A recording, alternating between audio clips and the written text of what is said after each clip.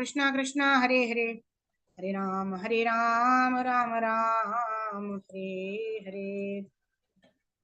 Hare Krishna, Dandavat Pranam to all the devotees. Thank you all very much for joining in for our Srila Prabhupada book study session.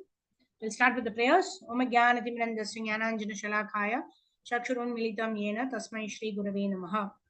Namo Vishnupadaya Krishna Presthaya Bhutale Srimate Bhakti Vedanta Swami Niti Namine Namaste Saraswate Deve Gauravani Pracharine Nirvisesha Shunyavadi Paschatya Deshatarine.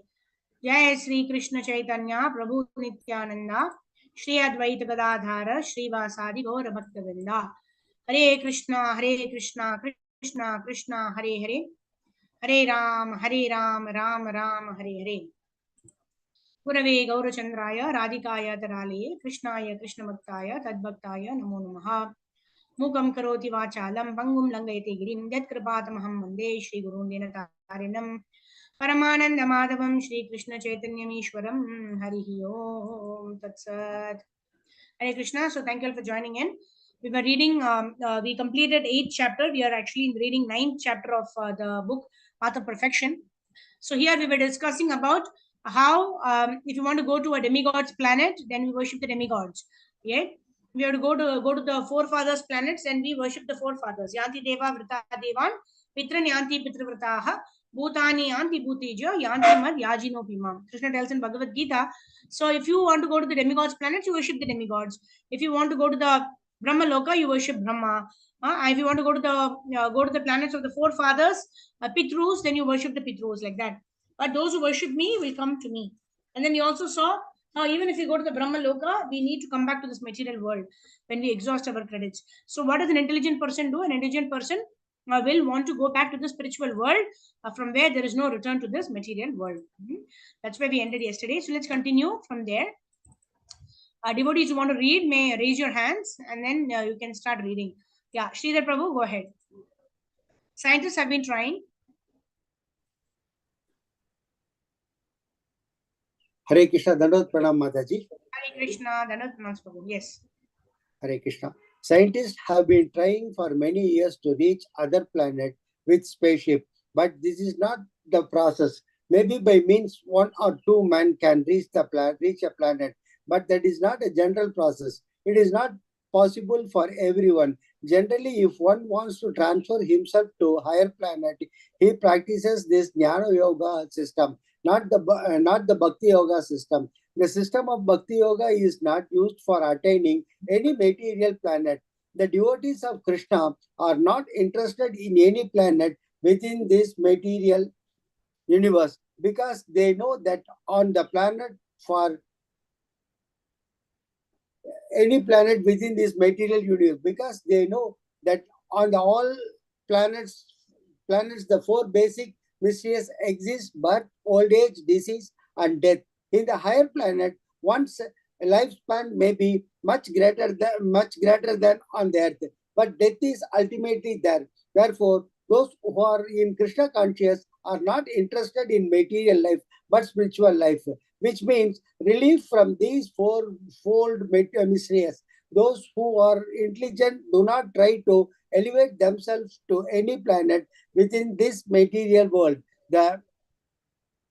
To attain higher planet, one has to prepare a particular type of body to enable one to live on that planet. We cannot attain this planet by artificial materialistic means because a suitable body is necessary to live there. We can stay within water only a short while, but fish are living there their entire life. But the fish does not have a body suitable for living on the land. Similarly, to enter a higher planet, one has to prepare a suitable body.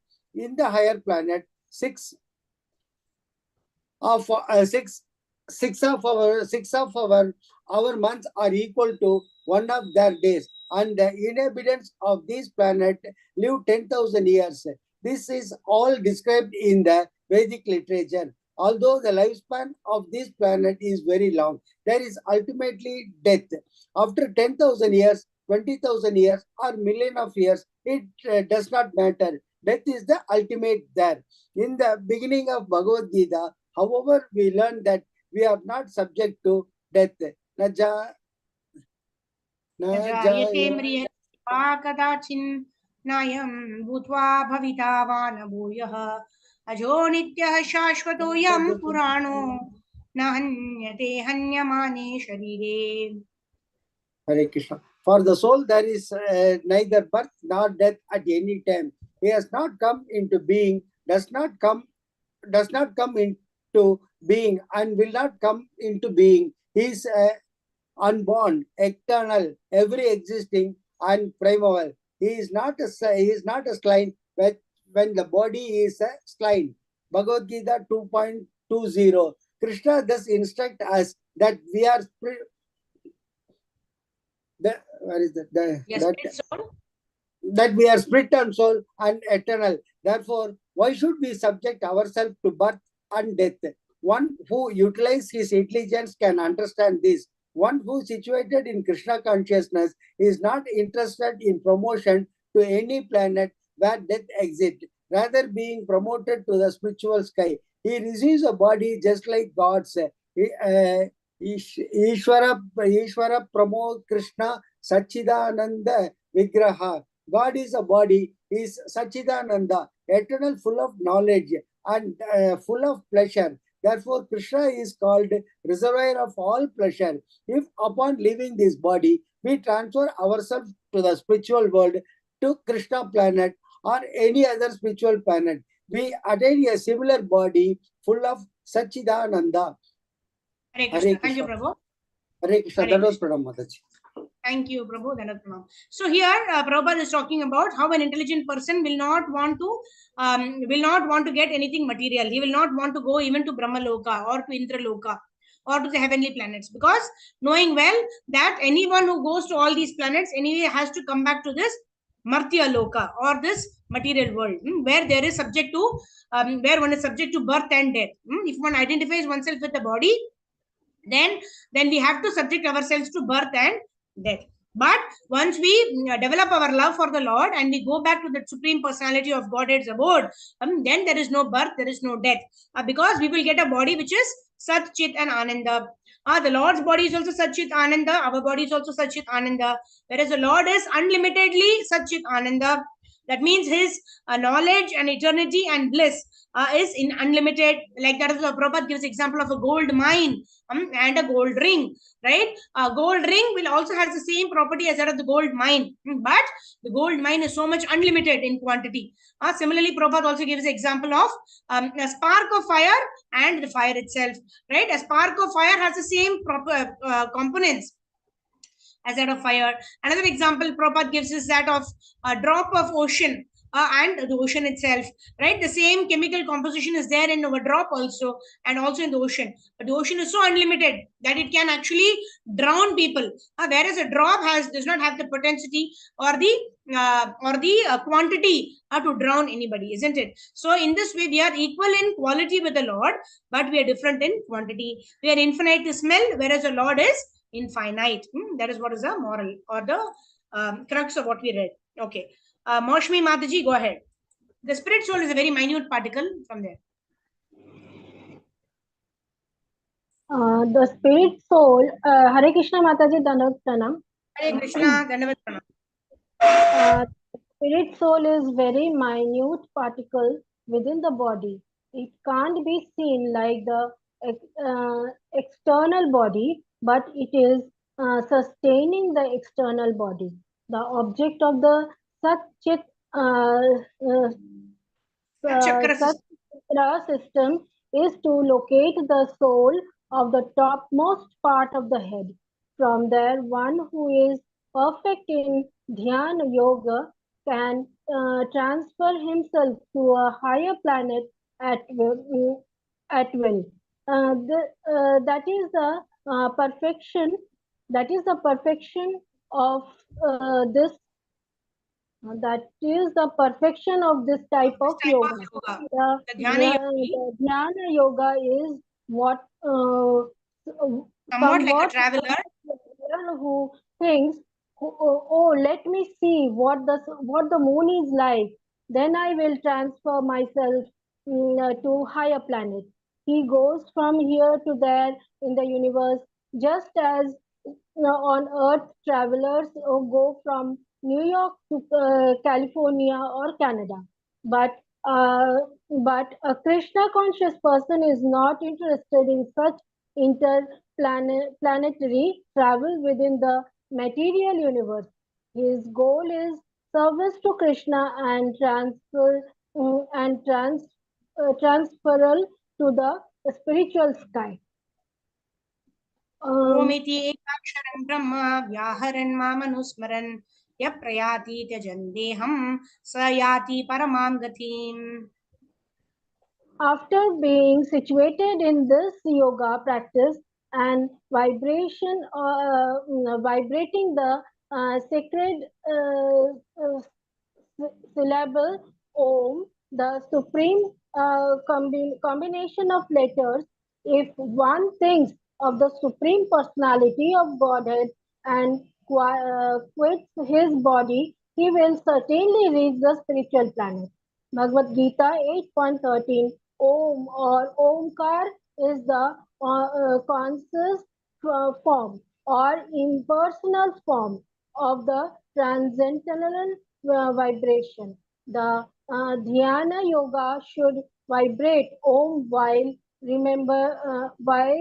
remembering Krishna or Vishnu, the Supreme Personality of Godhead.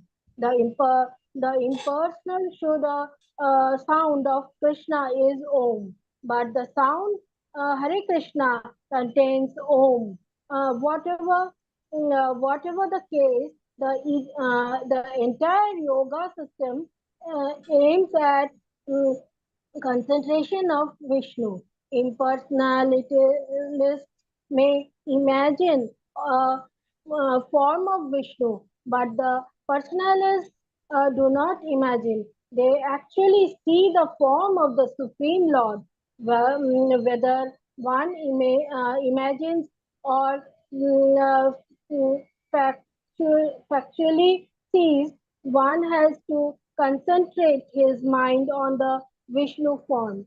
Here, the word Mam means unto the Supreme Lord Vishnu. If one can remember Vishnu upon quitting this body, he can enter the spiritual kingdom. One who is intelligent. Hare Krishna. Hare Thank you. Krishna. Hare Bol. Yeah. So, Mam Chayo Vyabhicharena Bhakti Yogena Sevate Sagunan Samatitaitan Brahma Bhuyaya Kalpate. Krishna tells in Bhagavad Gita, Mam Chayo Vyabhicharena. That means one should just serve me. Bhakti Yogena Sevate. Serve me with love and devotion. Mam Chayo Vyabhicharena Bhakti Yogena Sagunan Samatitaitan. Then one can easily cross over the three modes of material nature and Brahma Bhuyaya Kalpate. One can be situated in the mode of transcendence. Right? So in that state, when one is able to concentrate his mind on the Supreme Lord, and in that state, when actually gives up his body, that is an endeavor, right? That's what the Ashtanga yogis, Jnana yogis do. They want to somehow or the other remember the Lord at the time of death, right? They follow this the climbing path, right? That we climb the stairs and ultimately we reach our destination. But Bhakti Yoga process is very simple. It's talking about a lift. We are in the lift, and so there's no extraneous effort that is involved. We simply have to be in the lift, and then we don't do unnecessary austerity also. We simply chant Hare Krishna Mahamantra. We engage in Susukam Kartum Avyayam, right? Even in Bhagavad Gita, Krishna also says, right? Klesho adhikatarastesham avyakta sakta chetasam. Avyakta hi gadir dukham. That means for somebody who's following the impersonal path, it is very, very difficult. Klesho adhika. It is going to be very, very difficult. Avyaktahi gatir dukham. Gatir means dukham. That means the end destination of a person who's following impersonal Brahman is going to be dukha. Right? But one who practices the process of Bhakti Yoga, one can easily go back home, back to Godhead. That is what is mentioned here. So let's continue to read where Prabhupada is actually giving an example of how this material world is like an apartment that we've taken on rent. We are here for some period in time, but what are we doing here? We are trying to become the controllers of the apartment that we are staying in. We are trying to change this, that, and trying to become comfortable in this world. But we are not understanding that we are Tode Dinon ke Mehman, right? Like Prabhupada gives example in one of his lectures that if you go on a holiday for say 3 days, right? We don't go there and we change the sofa set or we change the painting on the wall, etc. We don't. We're just going there to see the place, do our business, and then within 3 days we come back home. Similarly, this home that we call our home in this material world is just like that. Is that just like that rented house where we are predestined to stay only for a certain amount of time? It's already determined how long we're going to be in this material world, but we don't know that. So we are misidentifying ourselves to being in the material world for eternity, and then we make so many plans. So we should be like that person who wants to go back home, back to Godhead, which is our eternal home, and we are currently situated in this particular home, in this particular surrounding for a temporary period, and this time period I have to utilize to actually re-establish my relationship with the Lord. I have to work towards feeding the bird and not simply simply for cleaning the cage. That's what is mentioned here. All right, so let's move ahead. Who will read? Okay, Vrishabhanu, Kanya Mataji, go ahead. Hare Krishna, Dandavat Pranam Mataji. Hare Krishna, Dandavat Pranam. Yes. One who is intelligent naturally thinks, I am permanent and eternal. Why should I be interested in things that are not permanent? Actually, no one wants an existence that is temporary. If we are living in an apartment and the landlord asks us to vacate, we have to do so, whether we want to live or not. However, if we move to a better apartment, we are not sorry. It is our nature, however, to want to remain wherever we live. That is because we are permanent and want a permanent residence. Our permanent residence. Our inclination is to remain. Therefore, we don't want to die. We don't want the miseries of birth, old age, disease, and death. These are eternal miseries inflicted by material nature, and they attack us like some fever. In order to extricate ourselves, we have to take certain precautions to get rid of these miseries. It is necessary to get rid of the material body, because these miseries are inherent in material existence. Thus, by vibrating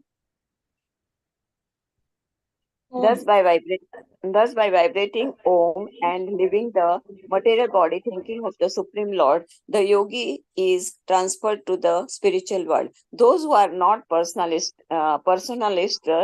however, cannot enter into the spiritual planet of Lord Shri Krishna. They remain outside in the Brahma Jyoti effulgence,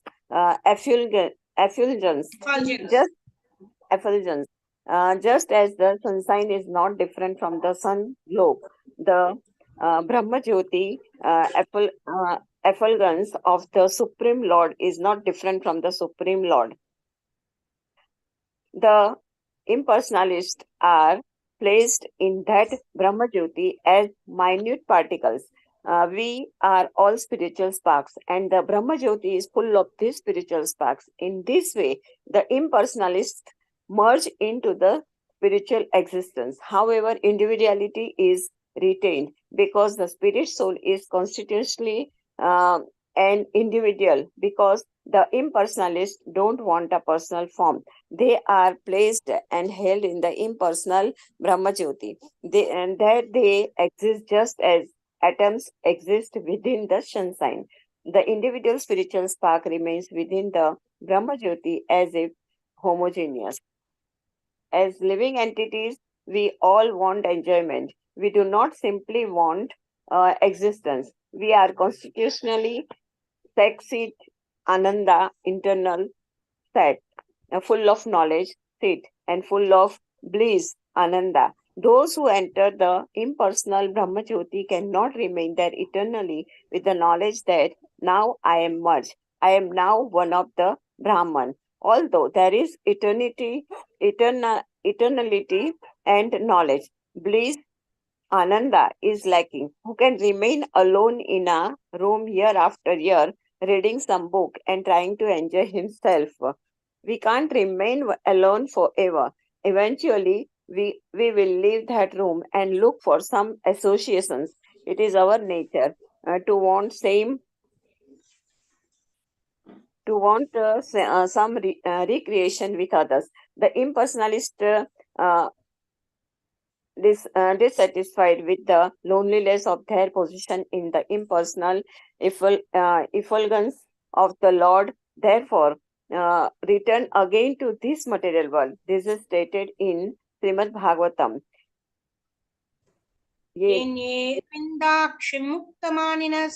त्वयस्तभावादविशुद्धबुद्धयः आरूह्य कृच्छ्रेण परं पदं ततः पतञ्चलो नादृतयुष्मदङ्ग्रयः. O lotus-eyed Lord, although non-devotees who accept severe austerities and penance to achieve the highest position, may think themselves liberated, their intelligence is impure. They fall down from their position of imagined superiority because they have no regard for your lotus feet. Hare Krishna. Thank you. Thank you, Mataji. Hare Krishna. So here the important point what we are seeing as made by Prabhupada is again we are all individual human beings. We are all individual beings, and we are all amshas, right? Mameva amsho jiva loki jiva bhuta sanatana. We are all amshas of that supreme personality of Godhead, who is also a person, who is also a supreme person, right? So our realization of the supreme personality of Godhead is complete only when we understand that the Lord is also a person. The Lord is a supreme person, whereas we are all maintained by that supreme personality of Godhead, right? We read the other day, Nityo Nityanam Chetanas Chetananam Eko Bahunam Yo Vidadati Kaman. We are all living entities, we are all eternal. However, one is the maintainer of all of the other living entities who are maintained by the supreme personality of Godhead. So in this way, when we understand, then we actually become liberated, or we are situated in the correct constitutional position, that we are the servant of the Lord. Otherwise, when we think that when I merge into effulgence, I'll be able to get happiness, then we are in the illusionary condition of Maya. Why? Because we cannot, like Prabhupada gives example here, how we cannot sit alone in a room for one day we may sit, or few hours we may sit, because we don't want to meet people. But after that we cannot remain alone, because we will not feel that bliss, or we will not feel happiness. It all comes from a relationship. So we will want to meet a person. We want to talk to a person. We want to engage with somebody else in some way or the other. So in that way, we cannot be alone and be blissful. We need, that's why Krishna himself expands into Srimati Radharani. And in this way, they have their enjoyable pastimes. And whenever they want to unite together, they come in the form of Chaitanya Mahaprabhu.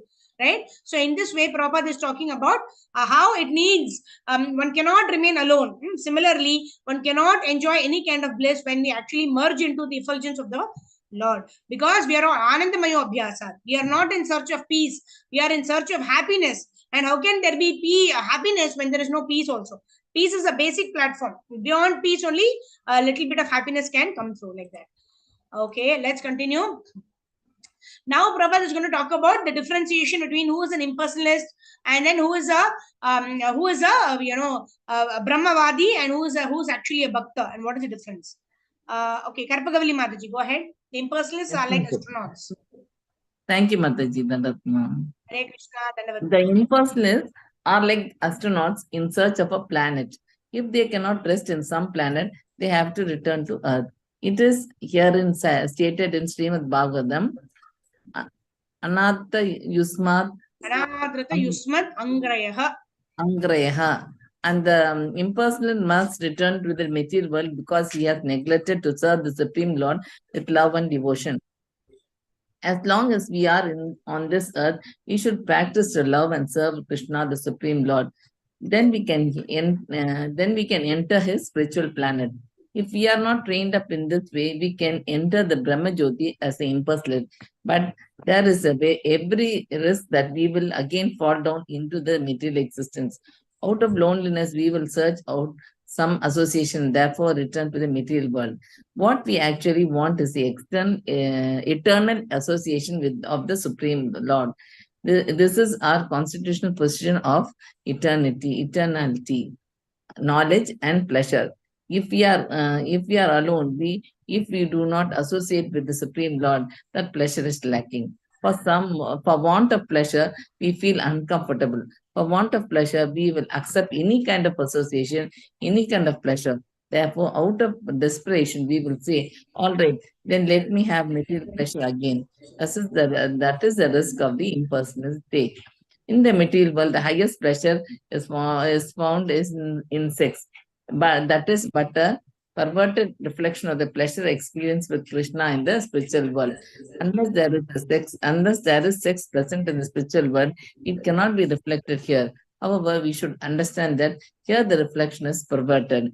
Actual life is there in Krishna. Krishna is full of pleasure, and if we train ourselves to serve him in Krishna consciousness, it will be possible at the time of death to transfer ourselves into the spiritual world and enter into Krishna Loka, Krishna's planet, and enjoy ourselves in the association of Krishna, the reservoir of all pleasure. Krishna's planet is described in the Brahma Samhita 5.29 in this way: Chinta Mani Prahara Satmasu Kalpa Vrasha Laksha Vritesu Sarabir Abhipalayantam Lakshmi Sagasta Sada Sambhara Brahma Sevya Mahanam Govindamadi Purusham Tamaham Bhajami. I worship Govinda, the premier Lord, the first progenitor, who is tending the Surabhi cows that fulfill all desires, who is surrounded by millions of wish-fulfilling trees, both built with spiritual gems, and who is always served with great reverence and affection by hundreds and thousands of goddesses of fortune.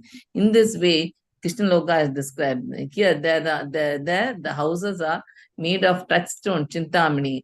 If a small particle of touchstone touches the iron rod, the rod will immediately turn to gold. Of course, in this material world, we have no experience with such a thing as touchstone.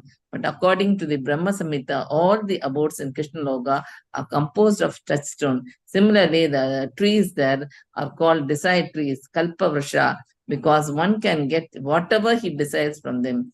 Here we can get only mangoes from a mango tree, but in Krishna Loka, we can get whatever we desire from any tree because the trees are Kalpa Vriksha. This is just a partial description of Krishna Loka, Krishna's eternal abode in the spiritual sky.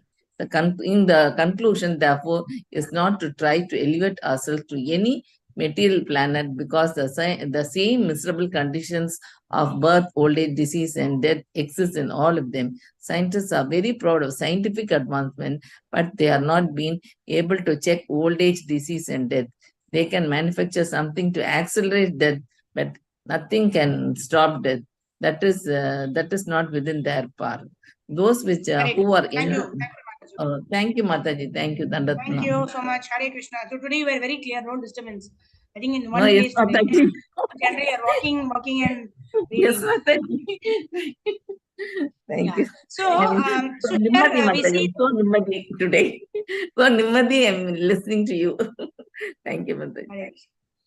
Okay. So here Prabhupada is talking about how in the Abrahma Bhuvana Loka Punaravartina Arjuna, right? There is always this condition of Janma, Mrityu, Jara, and Vyadhi always existing in the material world. So whatever, like Prabhupada also mentioned, whatever advancement is actually happening in this material world is not solving any problem, but it is creating another problem. As a solution to one problem, we are creating another problem for ourselves. So in this way, there is no permanent solution in this material world. There can be a temporary stopgap arrangement to just be away from some kind of a problem or some kind of a pain or suffering. But the problem will always either recur or it will reappear in some other form. That is why those who are interested, those who are intelligent, will take up that path that will enable them to cross over this Janma, Mrityu, Jara, and Vyadhi. That is what is the intelligence of an intelligent person. What will he try to do? He will try to get over the three modes of material nature, like that. Okay, Leela Nandini Mataji, go ahead. Those who are intelligent.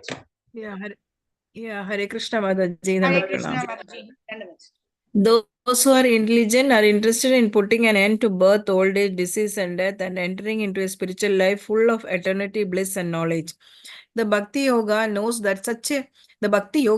that such a life is possible through practice of Krishna consciousness and remembrance of Krishna at the time of death. Ananya Cheda Sadadam Yomam Smaradi Nitya Saha Tasya Aham Sulabha Partha Nitya Yuktasya Yogina. For one who remembers me without deviation, I am easy to obtain, O son of Pratha, because of his constant engagement in devotional service. Bhagavad Gita 8.114. In this verse, the word Nitya Yukta means continuously in trance. Such a person who is continuously thinking of Krishna and always engaged in Krishna consciousness is the highest yogi. His attention is not diverted to Jnana Yoga, Dhyana Yoga, or any other system. For him, there is only one system, Krishna. Ananya Cheda means without deviation. A Krishna conscious devotee is not disturbed by anything because his mind is always concentrated on Krishna. The word Sadada means that he is thinking of Krishna at all places and at all times. When Krishna descended on this earth, he appeared in Vrindavana. Although I am presently living in America, my residence is in Vrindavana because I am always thinking of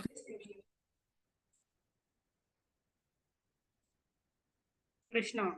Although I may be in New York apartment, my consciousness is there, and this is as good as being there. Hare Krishna. Hari bol. in a spiritual planet. Because we are conscious of Krishna, we are already living with him. We simply Mataji, it is scroll, Mataji. Yeah, we simply have to wait to give up this material we body. simply have to wait to give up this material body to go there. For one who remembers Krishna without deviation is easy to obtain. Tasyaham sulabha partha. I become very cheap for them. For one who takes to Krishna consciousness, the most valuable thing, because very easy to obtain, becomes very easy to obtain. Because one is engaged in Bhakti Yoga, Krishna becomes easily available. Why should we try so hard to attain Krishna when Krishna himself says, I am easy to obtain?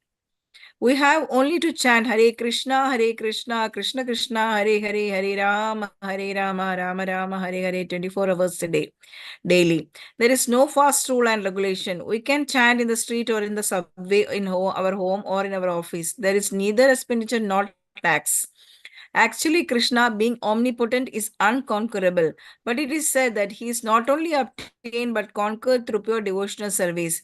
As stated before, it is generally very difficult to realize the Supreme Personality of Godhead. Therefore, one of his names is Ajita, means he whom no one can conquer. In Srimad Bhagavatam 10.14.3, Lord Brahma prays to Ajita. Jnana prayasam udapasya namande eva jivanti sanmukhanidam bhavadeya vartam sthane sthida shrudi gadam tanuvan manobir ye prayaso jita jido abhyasya tes trilokyam. Oh, my dear Lord Ajita, those devotees who have thrown away the impersonal conception of the absolute truth and have therefore abandoned discussing empiric philosophical truths should hear from self-realized devotees about your holy name, form, pastimes, and qualities. They should completely follow the principles of devotional service and remain free from illicit sex, gambling, intoxication, and animal slaughter. Surrendering themselves fully with body, words, and mind, they can live in any ashrama or social status. Indeed, you are conquered by such persons, although you are always unconquerable.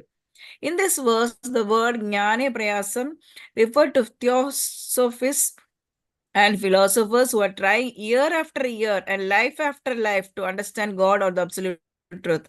Their attempts are like those of the frog in a well, trying to comprehend the vastness of the Atlantic and Pacific Oceans. Even our attempts are to measure our outer space, even our attempts to measure our outer space are futile, to say nothing of the attempt to measure God. Such attempts are doomed to failure. Therefore, Srimad Bhagavatam recommends that we abandon all attempts to measure the Supreme. It is completely useless to try to understand God by our limited knowledge, and an intelligent man understands this. We should become submissive and try to understand that our position is that of a very insignificant segment in this creation. The word namanta eva indicates that we are just to become submissive in order to understand the supreme from reliable source. And what is that source? Sanmukharitam, from the lips of realized source. And what is that source? Sanmukharitam, from the lips of realized source. Arjuna is understanding God directly from the lips of Krishna, and we have to understand God through the lips of Arjuna or his bona fide representative. We can understand the transcendental nature of God only from a reliable source. That source may be Indian, European, American, Japanese, Hindu, Muslim, or whatever. The circumstances are not important. We just have to try to understand by hearing and then try to put the process to practice in our daily lives. By becoming submissive hearing from the right source and trying to apply the teachings in our daily lives, we can become conquerors of the Supreme. For one who does this, Lord Krishna becomes easily available. Ordinarily, God realization is very difficult, but it is very easy for one who submissively hears Shruti Gadam. There are two processes Krishna. by Thank you, which we Mataji. can acquire knowledge. Hare Krishna. Hare Thank you, Krishna. Mataji. Thank you so much. So here, very beautiful verse, Jnane Prayasam, right? Somebody who's given up, all of the impersonal conceptualizations, etc., and is surrendering unto the Supreme Personality of Godhead by submissively hearing from bona fide spiritual master, God realization. Although Ajita Jito, Ajita means the Lord is not at all easily conquered, very difficult. But by Shruti Gatam, when who submissively hears about the Lord from bona fide spiritual master, what happens? Ajita Jito, the unconquerable Lord, becomes conquered by the love, by the devotion, by the sincerity, by the inquiry of a person who is sincere to understand the Lord. So the Lord, who is unconquerable Ajita, becomes Jita. The Lord becomes conquered by the love of his devotee. That is what it is to be done. And then here, very important words you are described here: Aroha Pantha and Avaroha Pantha. That means either we can try to understand by our own limited knowledge, mental speculation, 90, this is not the way, this is not the way, this should be the way. Or Avaroha Pantha, that means we hear by the descending process. We hear from a bona fide guru, and in this way we understand the truth. And that is a very easy way to understand the absolute truth. All right, Sindhu Mataji, go ahead. There are two processes from there. Hare Krishna, Mataji. There are two processes by which we can acquire knowledge. One is the ascending process, Aroha Pantha, and the other is the descending process, Avaroha Pantha. By the ascending process, one attempts to understand God by his own efforts, by philosophizing, meditating, or speculating. According to the descending process, one acquires knowledge simply by hearing from an authority, from the bona fide spiritual master and the scriptures. As far as the ascending process is concerned, it is stated in the Brahma Samhita 5.34, Pantastu Koti Satavatsara Sampradam Yo Vayoratapi Manaso Muni Pungavana Shopi Asti Yat Prapada Simni Avichintya Tatve Govindamadi Purusham Aham Bhajami. I worship Govinda, the primeval Lord. Only the tips of the toes of whose lotus feet are approached by the yogis and jnanis who travel for billions of years at the speed of the wind or mind. We can all understand how great the speed of mind is. Although sitting in New York City, I can immediately think of India just thousands and thousands of miles away. It is herein stated that even if one travels at this speed for billions of years, Krishna will still remain inconceivable. The word Muni Pungavana refers to a great thinker, not an ordinary man. Even if such a great thinker travels for millions of years at the speed of the mind, he will still find the Supreme Person unknowable. Yet for one who takes undeviatingly to this path of Krishna consciousness, Krishna is easy to obtain. Why is this? Nitya yuktasya yoginaha. Because such a person is constantly engaged in my devotional service and I cannot forget him. So this is the process. We have only to become submissive to attract the attention of God. My Guru Maharaja used to say, don't try to see God, but work in such a way that God will see you. God will take care of you. You don't have to try to see him. This should be our attitude. We should not think, I want to see God. Oh God, please come and stand before me. Be like my servant. But since God is no one's servant, we have to oblige him by our love and service. We all know how difficult it is to see the king or the president of a country. It is practically impossible for an ordinary man to get an interview with such an important person, to say nothing of having this important person come and stand before him. Yet people are demanding that the Supreme Personality of Godhead come and stand before them. It is our nature to hanker after Krishna because he is the most attractive, most beautiful, most opulent, most powerful, most learned, and most famous person in the universe.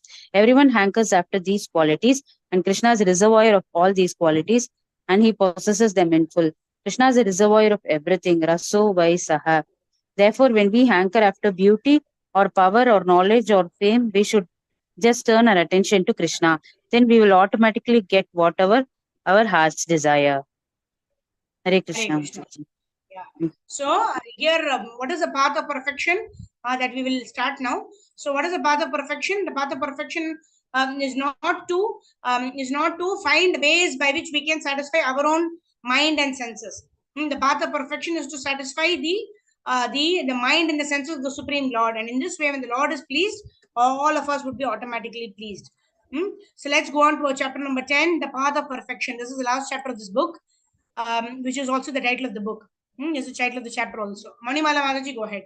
Mamupetya punarjanma dukhalayam ashashvatam napnumanti mahatmanah samsiddhim paramam gataha. Hare Krishna Mataji, Dandavat Pranam. Hare Krishna, Dandavat Pranam. After attaining me, the great souls who are yogis in devotion never return to this temporary world, which is full of miseries, because they have attained the highest perfection. Bhagavad Gita 8.15. This material world is certified by its very creator, the Supreme Lord, as Dukhalayam, which means the place of miseries. Which, since this is the case, how can we possibly make it comfortable by so-called scientific advancement? Dukha means misery or suffering, and real suffering is birth, old age, disease, and death. We have said, Mataji, scroll up. Yeah, we have set these problems here. We have set these problems aside because we cannot solve them. Therefore, scientists concentrate on atomic bombs and spaceships. Why can't they solve these important problems that are always causing us to suffer? Obviously, they have not the power to do so. But in this verse, Sri Krishna gives the solution. That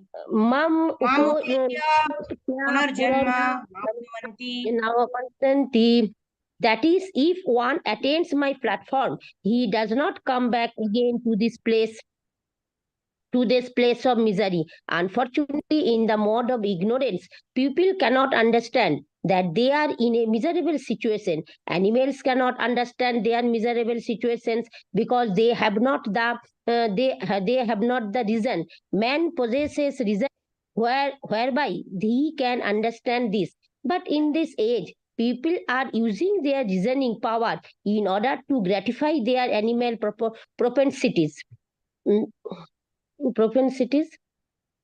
Reason should be used. Reason should be used in getting liberated from this condition. However, if we engage in Krishna consciousness 24 hours a day without deviation, we will go to Krishna and not be reborn in this miserable world. Mataji?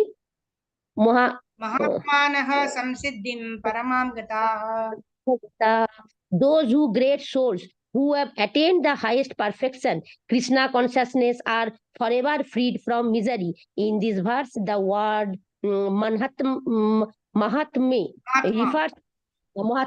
refers to a conscious man eligible to enter the abode of Krishna. The word Mahatma does not refer to a political leader like Mahatma Gandhi, but to a great soul, a pure devotee of Krishna. When Krishna says that the Mahatma enters his abode, he is referring to his transcendental kingdom, Goloka Vindavana, The Vrindavana from which I have come is called Bhauma Vrindavana, which means it is the same Vrindavana descendant on this earth. Just as Krishna descended on this earth through his own eternal potency, similarly his Dharma. Similarly, his Dhamma, his abode also descends. In other words, when Krishna descends on this earth, he manifests himself in that particular land, Vrindavana. And therefore, that land is also sacred. Apart from this, Krishna has his own abode in the spiritual sky, and this is called Goloka Vrindavana. The Mahatma prepared. Thank you, Mataji. Krishna, Hare Krishna. Thank you, Mataji. Hare Krishna. Thank you. So here we are seeing that how Krishna manifests in his own abode, just like he is there or eternally in Goloka Vrindavan Dham, but he is coming down to satisfy certain purposes. Yada hi dharmasya glanir bhavati bharata abhyuthanam adharmasya tadatmanam sujamiham paritranaya sadhunam vinashaya cha dushkritam dharma samsthapanarthaya sambhavami yuge yuge. Like that, there are various purposes for which the Lord incarnates in the material world. Prabhupada is saying how I have come to the Western world from the Bhauma Vrindavana. Bhauma Vrindavana is the Vrindavan of this material world, which is non-different from Goloka Vrindavan, because Prabhupada says here that the same Goloka Vrindavan Dham has descended in this material world, has descended into this earthly planet as Bhauma Vrindavana. Just like when the Lord comes, his father also comes, his mother also comes, his friends also come, the gopis also come. So in this way, the transcendental paraphernalia of the Lord all descend down with the Lord when the Lord descends. Similarly, his Dhamma also descends. His abode, which is Goloka Vrindavan Dham, also descends to this material world. It's called Bhauma Vrindavan. And his friends also descend down. All of his paraphernalia, like Srimati Radharani, the Vrindavan Dham, Tulsi Maharani, all of them also descend to this material world, so that the various leelas of the Lord can take place nicely and can be arranged by the associates of the Lord. And Prabhupada also makes an important point here. Mahatma does not refer to a great person of this world. It does not refer to Mahatma Gandhi or any other person who has acquired some kind of name, fame, glory in this material world. No, Mahatmas refer to those people who have qualified themselves to go back home, back to Goloka Vrindavan Dham, because they have made their consciousness so much absorbed in Krishna that at the end of their death, they will be transporting themselves back home, back to Godhead. And even while living in this world, their consciousness is so elevated that they are situated like a lotus flower on top of the water, which is ocean of material existence. They are like a lotus. That means they are transcendental to three modes of material nature. Such kind of people are called Mahatma. In Bhagavad Gita also Krishna says, right, Mahatmanastu Mam Partha Daivim Prakritim Ashritaha. Right, those Mahatmas are those people who have taken shelter of the internal pleasure potency of the Lord. Not those people who have been successful in this material world. They are not the real Mahatmas. Okay. The Mahatma, what does he do? Nav Kishori Mataji, go ahead. We'll end with you. Yes. Hare Krishna Mataji, Dandavat Pranam. Thank you.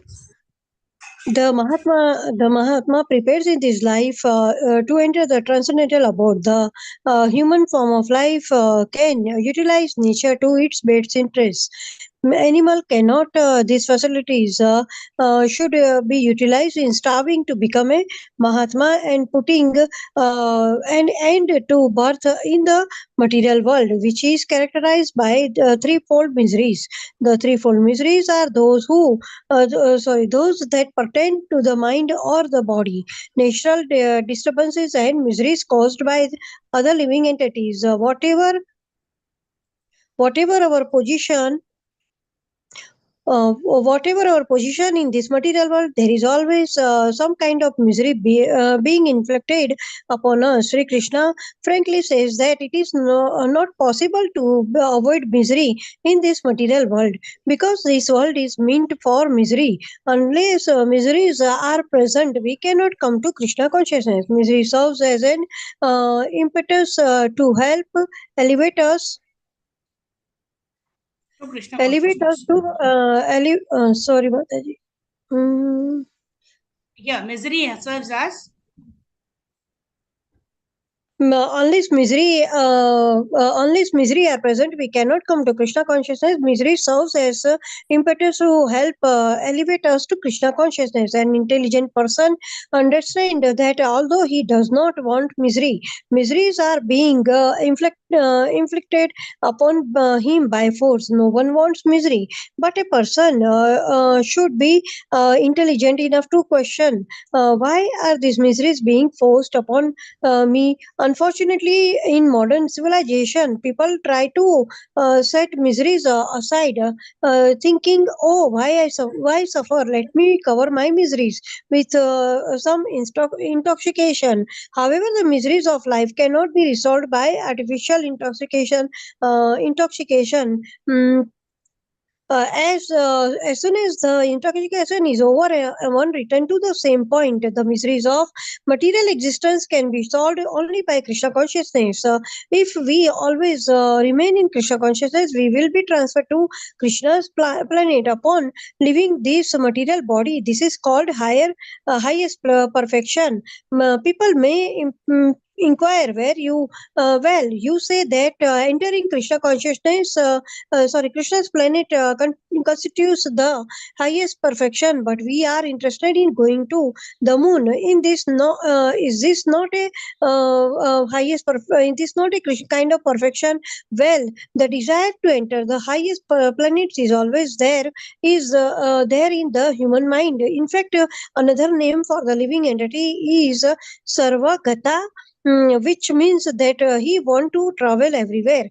That is the nature of the living entity. Americans who have money often to go to India, Europe, or some other country because they do not like to not like to stagnate in one place. That is our nature, and therefore we are interested in going to the moon or wherever. But according to Krishna, even we attain the higher planet, we are still subject to the material miseries. Brahma Bhuvana Loka Punaravartino Arjuna Mamupetya Kaunteya Punarjanma na Vidyate. Thank you, Mataji. From the highest planet in the material world down to the lowest, all are places of misery wherein repeated birth and death take place. But one who attend to my abode, O son of Kunti, never takes birth again. Bhagavad Gita 8.16. The universe is divided into 14 planetary system, Chaturdasha Bhuvana, seven lower and seven higher. The earth situated in the middle. In this verse, Shri Krishna said, Brahma Bhuvana Loka. Even if one enters the highest planet, Brahmaloka, there is still birth and death. The word punar avarti tinaha, meaning return again or repetition of birth and death. We are changing bodies just as we changes clothes. We leaving our one body and entering another. All the all planets are filled with living entities. We shouldn't think that only the earth is inhabited. There are living entities on the higher planets and lower planets as well. From our experience, we can see that no place on earth is vacant of living entity. If we dig into the earth, we find some worms, and if we go little if we go into the water, we find many aquatics. The air is filled with birds, and if we analyze other space, we will find many living entities. It is illogical to conclude that there are no living entities on the other planets. To the contrary, there are full of living entities. In Hare any Krishna. case, Hare Krishna Mataji. Thank you. We'll continue on Monday or Sunday. So here, very importantly, Prabhupada is talking about how we cannot imagine that there is no inhabitation in certain planets because we are not allowed to go there. Right? Prabhupada talks about how fishes are there in the sea. Right? Fishes survive in the sea. all the time. We are not allowed, we cannot go into the water and remain for such long a time. That does not mean there is no living entity inside the water. Similarly, we cannot go and stay in the sun planet. Even if we touch a little bit of fire, our hands get burnt. But there are living entities who have bodies which are suitable to stay in the sun planet, right? Krishna tells, Evam parampara prapti mimam rajasya vidu. No, what is that? Sakal nehamata yoga nashta parantaba imam vivaswate yogam proktavanaham abhyayam. Krishna is telling, I gave this knowledge first to the sun god. That means there is a human being who is existing in the sun god. His name is Vivaswan. Krishna has spoken to Vivaswan. So there is inhabitants even in the sun planet. Just because we cannot go there, we cannot say that there is no inhabitants in the sun planet, right? That is why we cannot extend our limited logic to understand how it is there in the spiritual world, how is there in the moon planet, etc. Even within the material world, we don't understand how is the heavenly planet, how is the Indraloka, etc. So how are we going to understand with our minimum intelligence how the spiritual world looks like? So here Prabhupada is saying the world is full of living entities, right? And some we are able to see because within a certain vision, we are able to see certain living entities. Certain living entities around us also, like bacteria, microbes, etc. We cannot see with our material eyes. So in this way, Prabhupada is saying that we cannot assume that there are no living entities in places where we cannot apparently see those living entities, right? So the air is filled with birds, and we cannot live in the air, right? Can we fly like the birds? No. It does not mean that we negate the fact that birds are living in the sky. They are flying in the sky, isn't it? So here, Prabhupada is talking about a temporary nature. Brahma Bhuvana Loka Punar Avartino Arjuna. Everywhere there are living entities according to the desires, according to the consciousness they have developed. Everywhere there are living entities. However, as human beings, we have this supreme fortune of wanting to go back to that material, to that spiritual world, which is beyond this material world, which is beyond the realms, or the three modes of material nature, which is beyond Janma, Mrityu, Jara, and Vyadi. In that place, we want to go and render service to the Supreme Lord. So we have about half an hour to 45 minutes of study left in this chapter. Okay, so let's everyone can unmute themselves now. We'll end our session today here. So we'll just request the devotees who are all there today, switch on your cameras, please.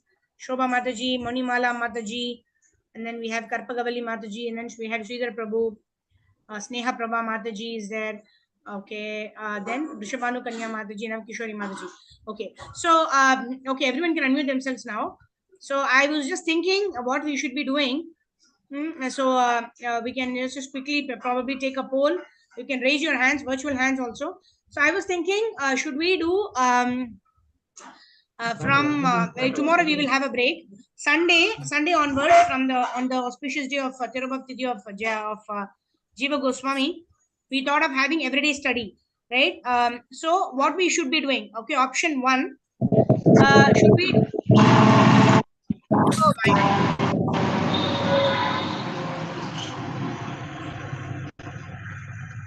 okay, I'm just muting everyone. You can all raise your virtual hands. Okay, a lot of disturbance sound is coming. Some truck is going or whatever. I know.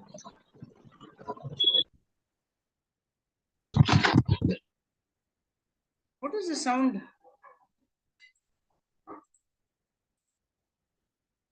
Okay, okay, fine.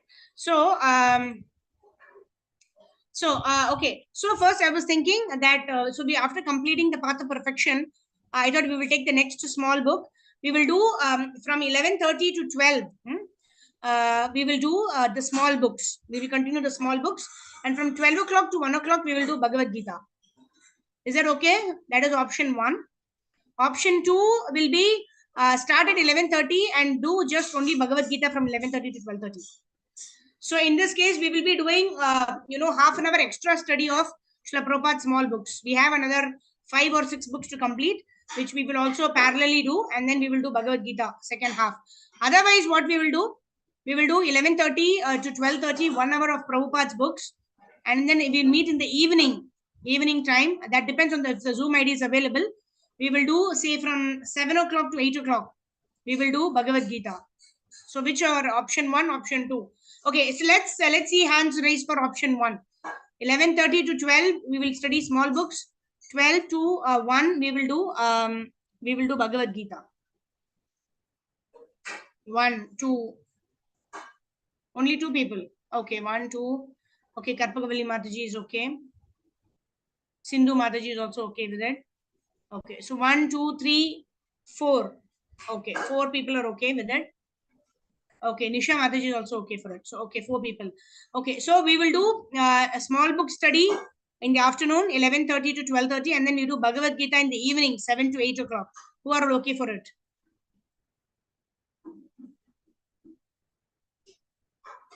Oh my God. Okay. 1, 2, 3, 4, 5, 6. Okay. 7 to 8 we will do in the evening. We will do Bhagavad Gita. Okay. And who are all for 11:30 to 12:30? We only do Bhagavad Gita. Then we will continue small book later. Some people are not raising their hands for anything. How is that? Okay. 1, 2, 3, 4, 5, 6. Okay. Or, should we do 11:30 to 12:30 or we should do 12 to 1? 11:30 to 12:30, who all are saying 11:30 to 12:30? Okay, fine. 11:30 to 12:30, is it? Okay, fine. Okay, fine. So everyone can quickly unmute yourself. Anybody wants to say anything, then you can